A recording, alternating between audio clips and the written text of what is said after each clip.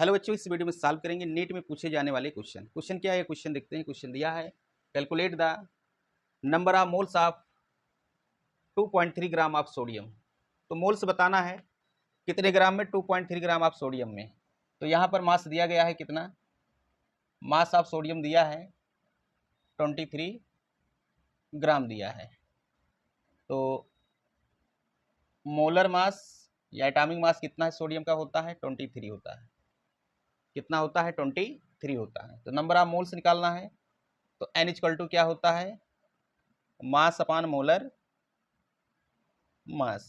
मास अपान molar mass, मास दिया है 2.3 और मोलर मास इसका हो जाएगा 23। क्या आ जाएगा, 1/10। कितना आ जाएगा, 0.1 मोल।